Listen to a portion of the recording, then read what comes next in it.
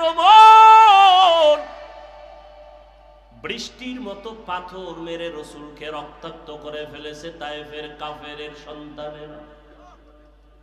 আল্লাহ বরদাস্ত করতে পারেন নাই, বলে জিবরাইল যাও, রাসূলের শরীর মুবারকে মশা মাছি পড়া হারাম, ওই শরীরে পাথরের আঘাত, রক্ত পড়ে জুতা আটকায় গিয়েছে, যাও এখনই তায়েফের জমিন উল্টায় সব ধ্বংস করে দাও। জিবরাইল এসে নবীকে বলেন, ও নবী একটু অর্ডার দেন, তায়েফবাসীকে ধ্বংস করে দেই। নবী বলেন, খবরদার তায়েফের বেঈমানের মারিও না রে জিবরাইল, ওরা আমাকে চিনে না, আমি ইয়তীম, ওরা আমাকে জানে না আমি কত বড় দিলওয়ালা। দোয়া করি একদিন আমাকে চিনবে, দিনের কাজে ওদের সহযোগিতা পাওয়া যাবে। কাফেরেরা নবীরে মারে, নবী গালি দেয় না, বরং আল্লাহ অর্ডার দেয় মারার জন্য। নবী আবদার করে, মারিয়েন না। ও বরুরার জলমের মুসলমান, দুইটা পা ধরে বলেছি রে যুবক, ও পর্দার আড়ালের মা বোনেরা, ও বৃদ্ধ বাবাজি, ও ব্যবসায়ী বাবারা, কই রাসূলের আদর্শ, কই তোমার আদর্শ? কাফির আল্লাহ কয় মেরে ফেল, নবী বলে মারিও না। আর আজকে মুসলমান হইয়া মুসলমানের বিরুদ্ধে আন্দোলন করো, মুসলমান হইয়া মুসলমানের বিরুদ্ধে ষড়যন্ত্র করো, এটা রাসূলের ইশক মোহাব্বত যার আছে সে কখনো করতে পারে না। তুকু যাও সুন্নতে আহমদ কুজা বা মুহাম্মদ कैबुवत निस्बत तोरा मन अहब्बा सुन्नती कौले रसूल मजदाए का नमाई हम कुन कबूल। আহলে সুন্নাত ওয়াল জামাত পরিষদ ও বাজার ব্যবসায়ীদের উদ্যোগে আয়োজিত বার্ষিক ইসলামী মহাসম্মেলন 14 জুন 2025। মহতি এ সম্মেলনে উপস্থিত মুহতারাম সম্মানিত সভাপতি শাইখুল হাদিস আল্লামা নোমান সাহেব দামাত বারাকাতুহুম, মুহতামিম দারুল উলুম বরুরা, অন্যান্য অতিথিবৃন্দ, হযরত উলামায়ে কেরাম, অত্র অঞ্চলের বিভিন্ন স্থান থেকে আগত আল্লাহ পাকের আশিকিন, জাকিরিন, শাকিরিন, মুহিব্বিন, মুরব্বিয়ান ইজাম, কলিজার টুকরা আমার সমবয়সী যুবক বন্ধুগণ, স্নেহের ছোট ভাই, পর্দার আড়ালে মা বোনেরা, দয়াময় রব্বুল আলামিনের দরবারে লাখো কোটি শুকর ও সুজুদ, যে মহান রব্বুল আলামিনে ফিতনার যুগে হাজারো লাখো মানুষের মধ্য থেকে বাছাই করে পৃথিবীর শ্রেষ্ঠ মজলিস উলামায়ে আহলে হকের মজলিস, গুনাহ মাফের মজলিস, তওবা কবুলের মজলিসে দয়াময় রব্বুল আলামিন আমাদেরকে হাজির হওয়ার তৌফিক দান করেছেন। নেয়ামতের শুকর আদায়ার্থে সকলেই পড়ি আলহামদুলিল্লাহ। দরুদ ও সালাম সৈয়দুল মুরসালিন, রহমাতুল লিল আলামিন, শফিউল মুজনিবিন, খাতামুন নবিয়্যিন, সৈয়দুস সাকালাইন, ইমামুল মুরসালিন, শফিয়ে আযম, রসুল আকরম, রহমতে আলম, নবিয়ুল আরব আল আজম, হাবিব কিবরিয়া, আশরাফুল আম্বিয়া, সৈয়দুল আম্বিয়া, শফিয়ে মাহশর, সাকিয়ে কৌসর, আকায়ে নামদার, মদিনাহ কা তাজদার, আফতাবে নবুওয়ত, ফখরে মওজুদাত, সৈয়দুল মখলুকাত, হযরত মুহাম্মদুর রাসূলুল্লাহ। সবাই মোহাব্বতে আবার দরুদ পড়েন, আবার পড়েন সাল্লাল্লাহু। নবীজির নামে দরুদ পড়লে লাভ না ক্ষতি? একবার যদি পড়েন সাল্লাল্লাহু আলাইহি ওয়া আলিহি ওয়াসাল্লাম, সাথে সাথে 3টা পুরস্কার পেয়ে যাবেন। কয়বার পড়লে? প্রথম পুরস্কার 10টা গুনাহ মাফ হয়ে যাবে। আরো আস্তে করে বলেন, মুসলমানের আওয়াজ বাতিল ভণ্ডদের জন্য একটা আতঙ্ক। রসুলের উপরে একবার দরুদ পড়ছেন সাল্লাল্লাহু আলাইহি ওয়া আলিহি ওয়াসাল্লাম। নবী বলছেন আমার দোয়া করতে গেলে আমার আলো আল নিয়ে দোয়া করো, সাল্লাল্লাহু আলাইহি ওয়া আলিহি ওয়াসাল্লাম। 3 পুরস্কারের দ্বিতীয় পুরস্কার 10টা নেক আমল নামায় যোগ হয়ে যাবে। তৃতীয় পুরস্কার আল্লাহর দরবারে 10 গুণ মর্যাদা বেড়ে যাবে। এই 3টা পুরস্কার কয়বার পড়লে? যদি 100 বার পড়েন, ওলামায়ে কেরাম লিখেছেন কমপক্ষে প্রতিদিন 300 বার দরুদের আমল করা উম্মতের জন্য দায়িত্ব। কয়বার? কয়বার? প্রতিদিন। শর্ত 2টা, খুব নিরিবিলি নির্জনে এবং পবিত্র অবস্থায়। নিরিবিলি সময় ঘুমের আগে, না হয় ফজরের নামাজের পরে। অজু বানাইয়া পবিত্র অবস্থায় তসবিহ হাতে নিবেন। কি নিবেন? আমার কথার উত্তর দিয়েন। হাতে কি নিবেন? তসবিহ হাতে নিবেন। সুন্নতে সাহাবা, তসবিহ হাতে নিয়ে আমল করা সুন্নতে সাহাবা। কথা বুঝেননি? খালি কানে দিয়েন না, ঔষধ নেন, কিছু ঔষধ। কলবের রোগের কি? সর্বাঙ্গে ঘা। ইসলাম ধর্ম নিয়ে যেই পরিমাণ ফিতনা আমার বাংলাদেশে, পৃথিবীর কোন দেশে এই পরিমাণ ফিতনা আছে কিনা সন্দেহ। এজন্য ফাঁকে ফাঁকে ঔষধ নিয়েন। হাতে তসবিহ নিয়ে আমল করা কি এটা বড় একটা ঔষধ দিলাম। কারণ অনেকে বলে তসবিহ বেদাত। তসবিহ বেদাত না সুন্নতে সাহাবা? হাতে একটা তসবিহ নিবেন। সময় বেশি থাকলে নামাজের দরুদ পড়বেন। কয়শো বার? সময় যদি কম থাকে তো এই ছোট অংশের দরুদটা পড়বেন। পরে অজু সহ বিছানায় ডান কাতে চেহারাটা কিবলার দিকে ঘুরাইয়া ঘুমিয়ে পড়বেন। এই আমলটা লাগাতার চালু রাখতে যদি পারেন, ইনশাআল্লাহ ঘুমের মধ্যে রসুলের সাথে মোলাকাত হয়ে যাবে। খুব খেয়াল করিয়েন কথাগুলো। আপনারা সবাই দামি মানুষ, আমরা হলাম পাপী বান্দা।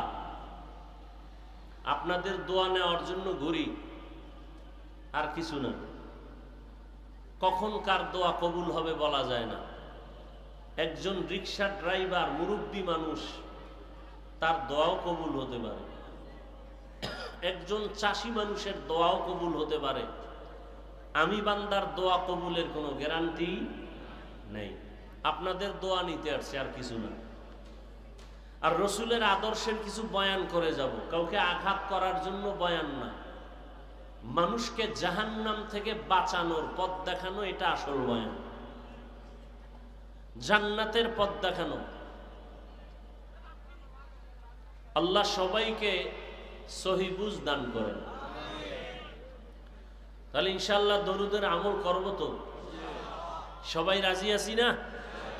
আল্লাহ সবাইকে বেশি বেশি দরুদের আমল করার তৌফিক দান করেন। হর কে বাশদ আমেলে সন্নু মুদাম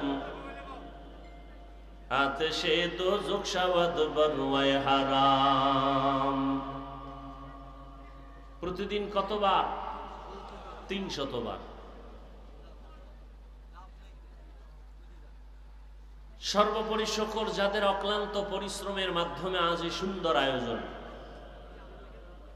সময়, পরামর্শ, অর্থ দিয়ে দোয়া করে উপস্থিত হয়ে মাইক, লাইট, প্যান্ডেলের ব্যবস্থাপনার মাধ্যমে সার্বিক সহযোগিতা যারা করেছেন, প্রত্যেককেই আল্লাহ রাব্বুল আলামিনের খেদমতের বরকতে দুনিয়াতে শান্তি, পরকালে মুক্তির ব্যবস্থা করে দিন। হযরত উলামায়ে কেরাম এখানে কোরআন সুন্নাহ ভিত্তিক দিক নির্দেশনামূলক আলোচনা রেখেছেন। অনেক দামি দামি ওলামায়ে কেরাম এখানে বয়ান করেছেন।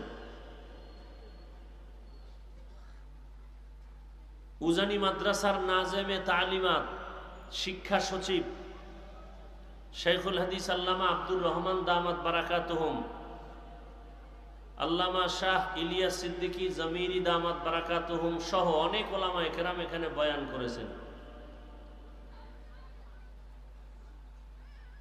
উলামায়ে কেরামের কথাগুলো আমাদের সকলকে সহি তরিকায় আমল করার তৌফিক দান করেন। উলামায়ে কেরামের ইজ্জতকে আল্লাহ বেশি বেশি বাড়ায় দেন। উলামায়ে কেরামের ইজ্জতকে নষ্ট করার পেছনে যারা ষড়যন্ত্র করে আল্লাহ এদের হেদায়াত দান করেন। বর্তমানে উলামায়ে কেরামের বিরুদ্ধে আচরণ যারা করে এরা রসুলের দুশমন, এরা ইসলামের দুশমন, এরা মা বাবার অভিশপ্ত সন্তান। মা বাবার ভালো সন্তান কখনো আলেম ওলামার পেছনে লাগে না। এ কথাটা কেন বললাম?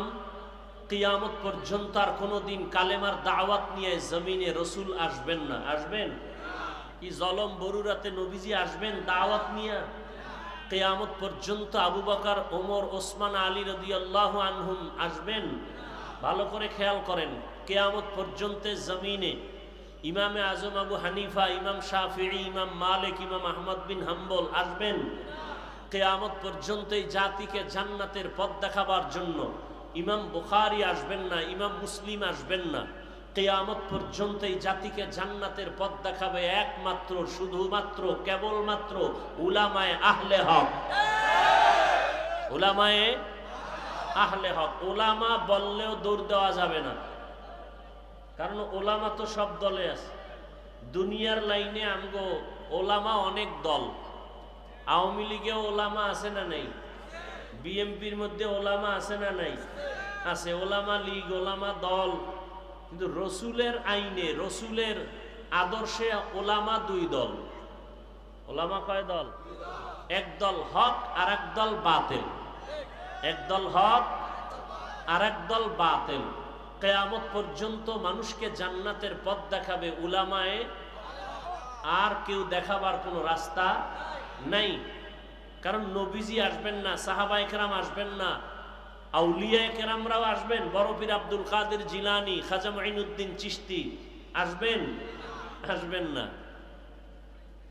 তো কিয়ামত পর্যন্ত এই জাতিকে জান্নাতের পথ দেখাবেন কোরআন সুন্নাহর আলোকে উলামায়ে আহলে হক। আল্লাহ বুঝার তৌফিক দান করেন। এই জন্য উলামায়ে কেরামের ইজ্জতের দোয়া করলাম, কারণ এই জাতির ধ্বংস উলামায়ে কেরামের সাথে বেয়াদবির কারণে।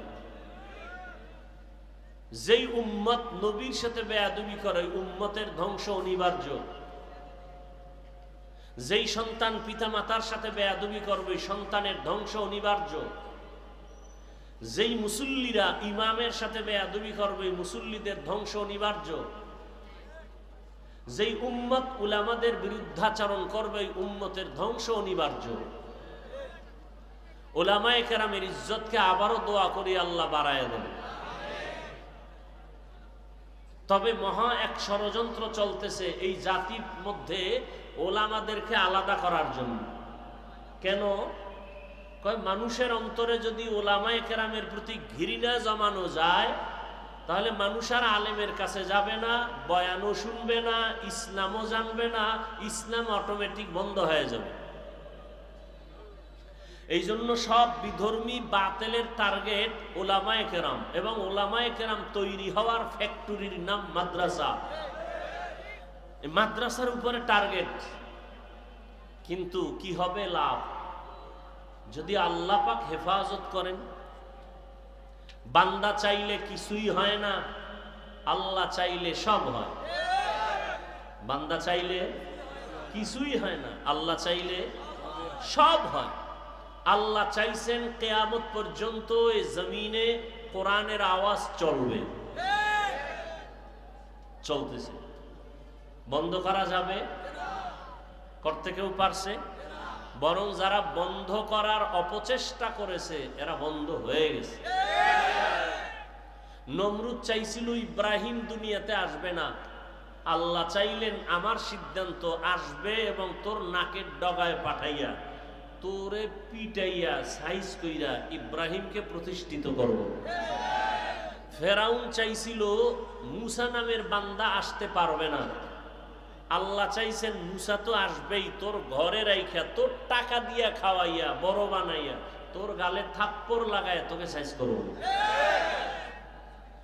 ব্রিটিশ বেঈমানেরা চাইছিল ভারতের জমিনে ইসলামের আলো জ্বলবে না, হাজারো হাজারো মাদ্রাসা বন্ধ, হাজার হাজার আলেমকে ফাঁসি দিয়া গাছের সাথে লাশ ঝুলাই দিয়েছে। আল্লাহ কি চাইছেন? আল্লাহ চাইছেন শুধু ইসলামের আলো ভারতে জ্বলবে এটা না, পৃথিবীতে যত জায়গায় ইসলামের আলো জ্বলবে তার পাওয়ার হাউস হবে ভারতে। কোথায়? কোথায়? ভারতে কোথায়? দেওবন্দ। আমি কওমি মাদ্রাসার তাজা সন্তান, খুব খেয়াল করবেন, আমি কিন্তু এখনো বয়ান শুরু করি না, আয়াতের তরজমা হাদিসের তরজমা বলবো, তারপরে আলোচনা।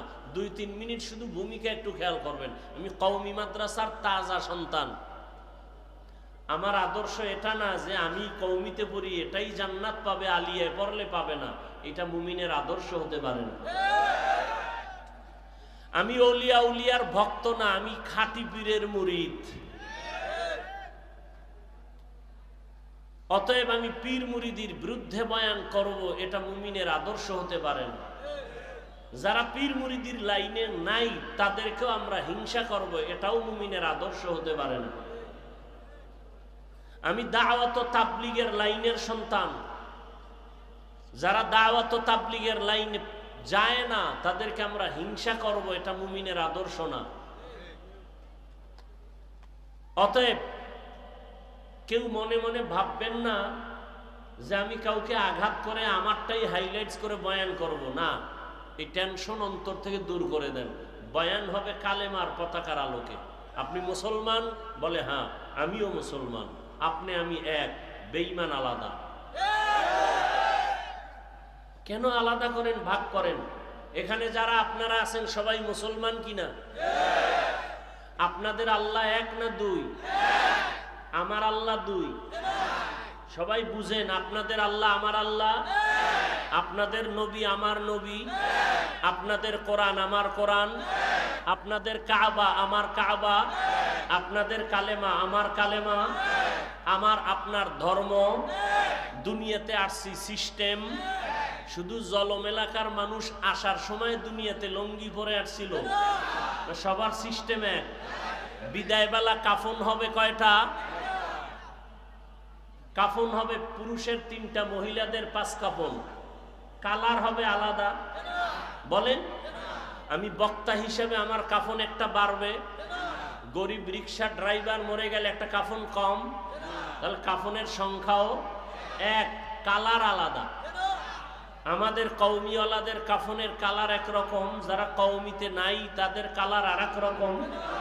কালার কি? কি কালার? জোরে বলেন।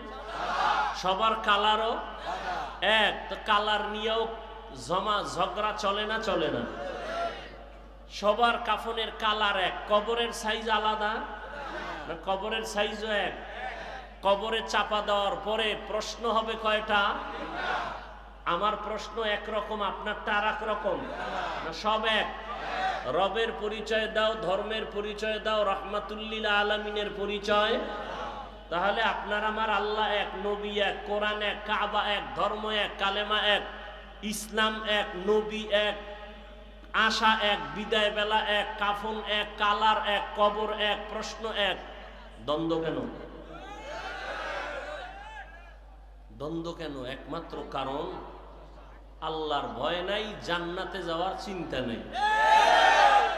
জান্নাতে যাওয়ার যদি চিন্তা থাকে, সে অন্যের সাথে যাই করুক, অন্তত কালেমাওয়ালা মুসলমানকে হিংসা করে দূরে সরাবে না।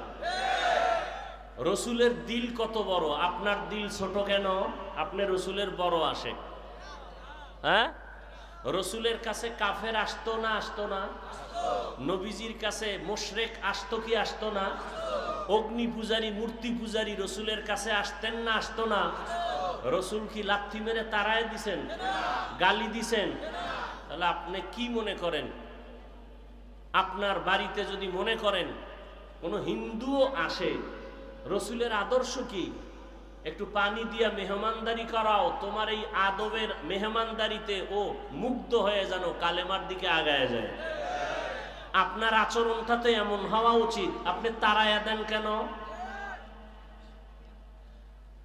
লাথি মারা সহজ, বুকে টেনে আলিঙ্গন করা বড় কঠিন। বুকে টেনে আলিঙ্গন করার মতো এই বুকটা বানাইতে হলে রসুলের আদর্শ লাগবে। রসুলের আদর্শ না থাকলে দিল বড় হবে না। আপনি তাড়ায় দিবেন কেন? একটা লোক নামাজ পড়ে না, রোজা রাখে না, আপনি হিংসা করে তাড়ানো কোনো ইসলামে অনুমতি নাই। আপনি নামাজি, তাকওয়াওয়ালা, ভয় লাগে আপনার আগে ওই বেনামাজি তওবা করে জান্নাতে যাবে। এত অহংকারী ভাব কেন?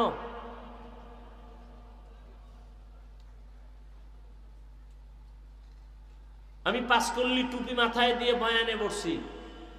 আমার মনে আছে জলম এলাকার এই মাঠেই আলিয়া মাদ্রাসা আছে না, ওই মাজারওয়ালা একটা মসজিদ আছে না, এই মাঠে আমি ওয়াজ করছি না, একবার করছিলাম। ওই সময় প্রিন্সিপাল যিনি ছিলেন, এখন আছে কিনা জানি না। আমি যখন বয়ানে আসলাম, বুঝাবার স্বার্থে বলছি, সমালোচনা না, বুঝাবার জন্য। আমি আপনার আপন মানুষ। আমি এই অবস্থায় আসছিলাম, এই লঙ্গি পরা অবস্থায়। বয়ানে উঠার আগে প্রিন্সিপাল সাহেব আমাকে বললেন, হুজুর, জলম এলাকার মানুষ তো বিভিন্ন লাইনের, টুপিটা পাল্টাইয়ে উঠেন, টুপিটা পাল্টায় উঠেন। আমি বললাম, আপনার কোনো সমস্যা আছে? না হুজুর। আমি কিন্তু আমাকে স্টেজে উঠাই দেন, বাকি জিম্মেদারি আমার।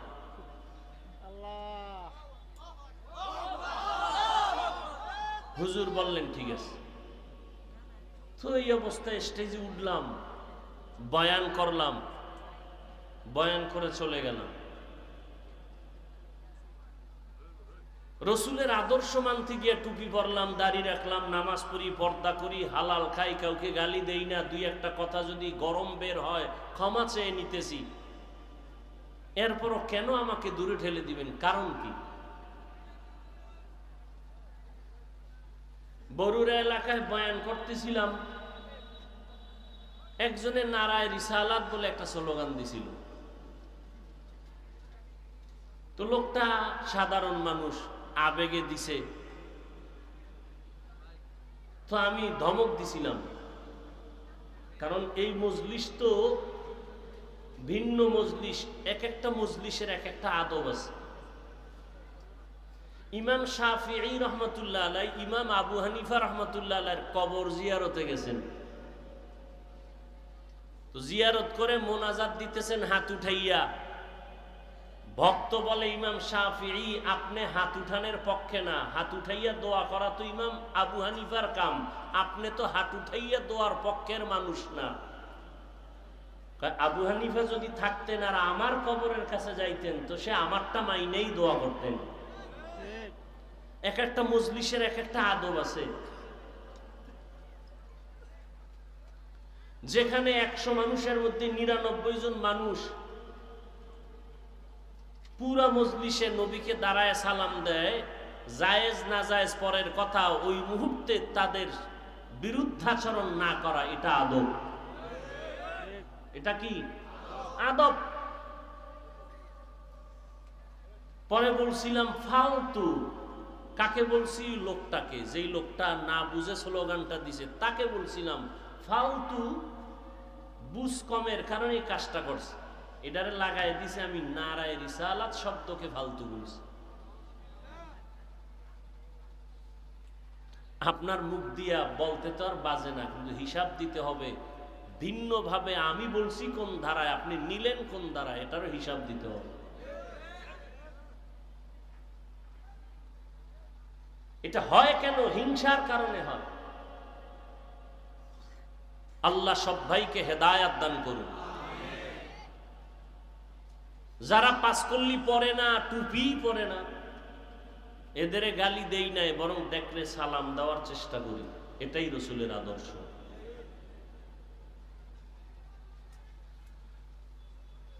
আল্লাহ এই মজলিসকে কবুল করেন। শেষ দোয়া করে যাবেন না তার আগেই যাবেন? আল্লাহ সবাইকে কবুল করেন। তো আল্লাহ চাইলে কি হয়? সব। আরো কয়েকবার প্রোগ্রাম করার সুযোগ গ্রহণ করার পরও আমরা আসতে পারিনি। আল্লাহ চান নাই। আল্লাহ চাইছেন আজ আসবো, বয়ান হবে, কতটুকু হবে তাও আল্লাহ ভালো জানেন। আমি আপনাদের সামনে আপনাদের ধৈর্য হারায় বয়ান করব না। বয়ান কিন্তু বক্তার কণ্ঠে আর এলেমে আমলে হয় না, আল্লাহর রহমতে হয় আর শ্রোতাদের অন্তরের মোহাব্বতে হয়। অল্প টাইম বয়ান করার ক্ষেত্রে আমি কোরআনে হাকিমের এক আয়াত পড়েছি, রসুলের একটি হাদিস পড়েছি। তরজমাটা বলে নেই, এরপরে কিছু ব্যাখ্যা। আল্লাহ বলেন, ওয়া আম্মা মান খাফা মাকাম রাব্বিহি ওয়া নাহান নাফসা আনিল হাওয়া ফাইন্নাল জান্নাতা হিয়াল মাওয়া। কিয়ামতের দিন আল্লাহর আদালতে দাঁড়াইয়া হিসাব দেওয়ার ভয়ে যেই ব্যক্তি দুনিয়াতেই নিজের নফসকে গুনাহ থেকে বাঁচায় রাখবে, আল্লাহ বলেন আমি ওয়াদা দিলাম তার ঠিকানা জান্নাত। রসুলের একটি হাদিসের অংশ পড়েছি, নবীজি বলেন, মাইয়ুরিদিল্লাহু বিহি খাইরান ইউফাক্কিহু ফিদ্দীন।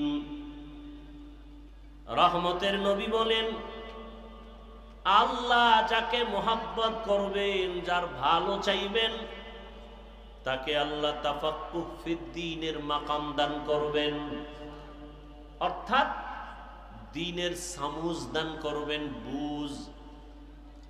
একটা হলো তাআল্লুম ফিদ্দীন আর একটা হলো তাফাক্কুহ ফিদ্দীন।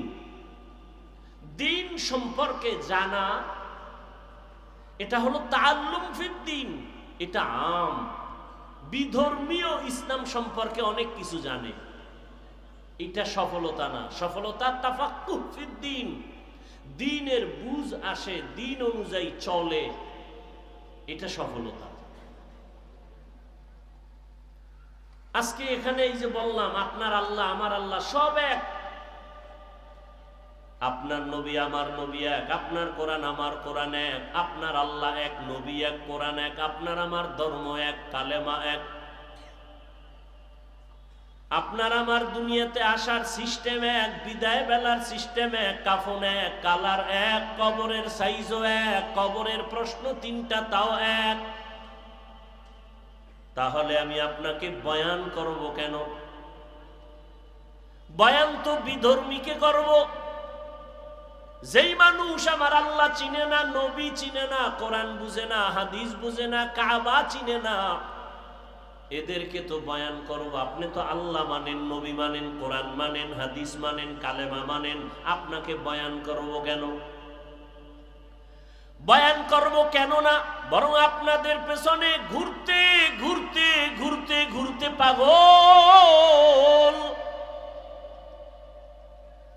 ফজরের পরে বয়ান, জোহরের পরে বয়ান, আসরের পরে বয়ান, মাগরিবের পরে বয়ান, সারা রাত বয়ান, দৌড়াইতে দৌড়াইতে ঘুম নাই, খানা নাই। আপনাদের এত বয়ান করার পরেও কেন এত দুর্বলতা? আমি এমন মুসলমান, টুপি মাথা থেকে খুলতে চাই না, বড় লজ্জা। আপনি এত ভিআইপি মুসলমান যে টুপি দিতে চান না, লজ্জা। আপনি বড় আশেকে রসুল তো, আমি ছোট আশেক। আমি মুসলমান, দাড়ি কাটতে লজ্জা পাই, আর আপনি কেমন মুসলমান যে দাড়ি রাখতে লজ্জা পান? আপনি বড় আশেকে রসুল।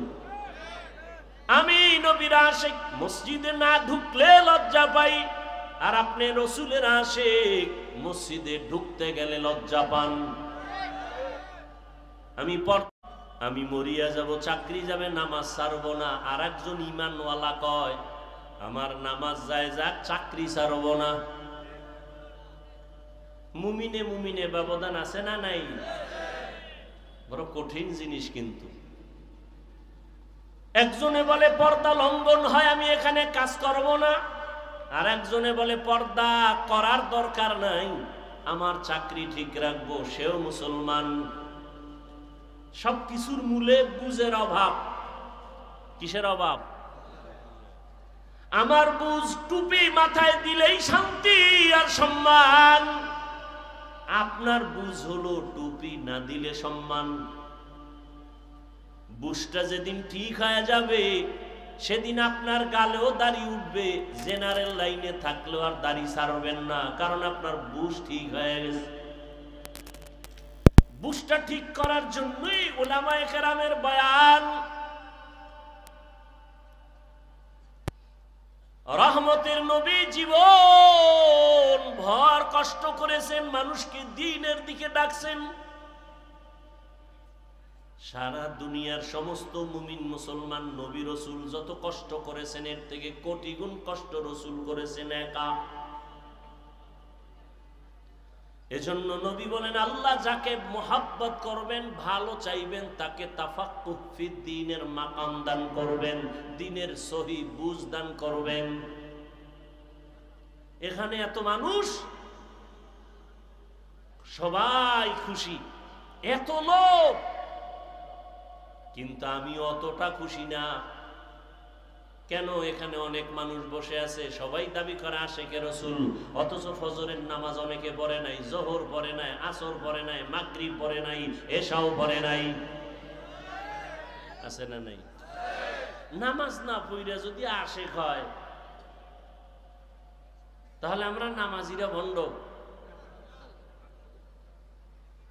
অথচ রহমতের নবী বলেন, বাইনাল আবদি ওয়া বাইনাল কুফরি তারকুস সালাহ।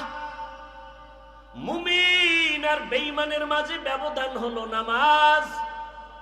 বেঈমানেরা নামাজ পড়ে না, মুমিন যারা তারা নামাজ ছাড়ে না।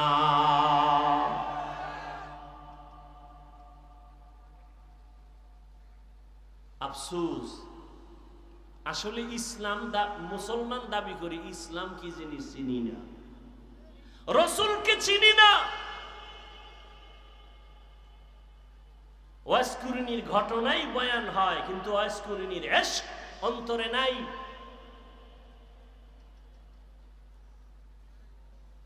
খাজা মঈনুদ্দিন চিশতি আজমিরি রাহমাতুল্লাহ আলাইহির বয়ান হয়, কিন্তু তিনি রসুলকে যেই পরিমাণ মোহাব্বত করেছেন ওই পরিমাণ মোহাব্বত খাজা মঈনুদ্দিনের ভক্তদের অন্তরে নাই। দাবি করে ভক্ত। আমি সারা বাংলাদেশে বলি, যারা শাহজালালের ভক্ত দাবি করো, শাহপরানের ভক্ত, শাহ মখদুমের ভক্ত, খাজা মঈনুদ্দিনের ভক্ত দাবি করে, নামাজ পড়ে না, ওরা ভণ্ড। আর আমরা নামাজিরাই হলাম আসল ভক্ত। तुकु जाओ सुन्नते अहमद को जा बा मुहम्मद कैबुवद निस्बत तोरा कार शैता मी कुनी नामत बोली गरोली लस्तो नानत बरवली मन अहब्बा सुन्नती कौले रसूल मजदे का नमई हम कुन कबूल। ओ गो नबीर उम्मतेरा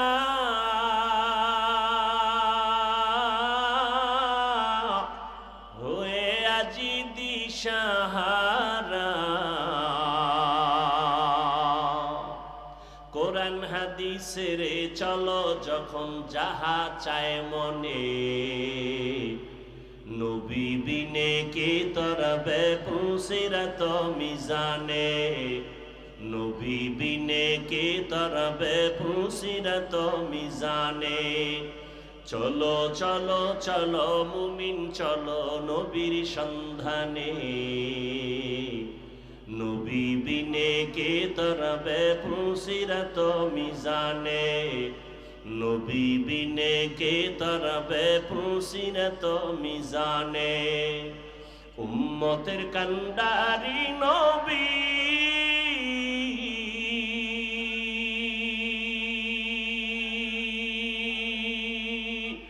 কাঁদছেন উম্মতের লাগি, এখনো কাঁদেন নবীজি শুয়ে মদিনার পানে। নবী বিনে কে তরাবে পুলসিরাত মিজানে, নবী বিনে কে তরাবে পুলসিরাত মিজানে। চলো চলো চলো মুমিন চলো নবীর সন্ধানে, নবী বিনে কে তরাবে পুলসিরাত মিজানে, নবী বিনে কে তরাবে পুলসিরাত মিজানে। আপনাদের খারাপ লাগে? নবী আমার জীবন ভরে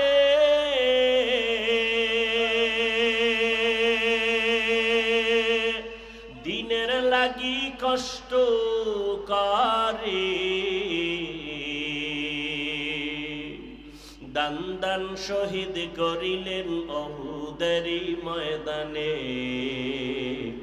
নবী বিনে কে তরাবে পুলসিরাত মিজানে, নবী বিনে কে তরাবে পুলসিরাত মিজানে। নবীর মায়া নাই কি তোমার,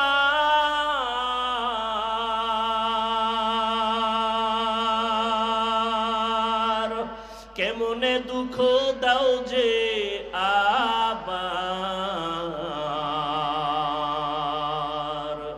দরুদ পড়ো স্মরণ করো প্রথম ঘাটি কাফনে, নবী বিনে কে তরাবে পুলসিরাত মিজানে, নবী বিনে কে তরাবে পুলসিরাত মিজানে। চলো চলো চলো মুমিন চলো নবীর সন্ধানে, নবী বিনে কে তরাবে পুলসিরাত মিজানে, নবী বিনে কে তরাবে পুলসিরাত মিজানে। এরে নবীর আশিক রহমতের নবী আমার শুধু উম্মতের জন্য জীবনকে বিলায় দিয়েছেন।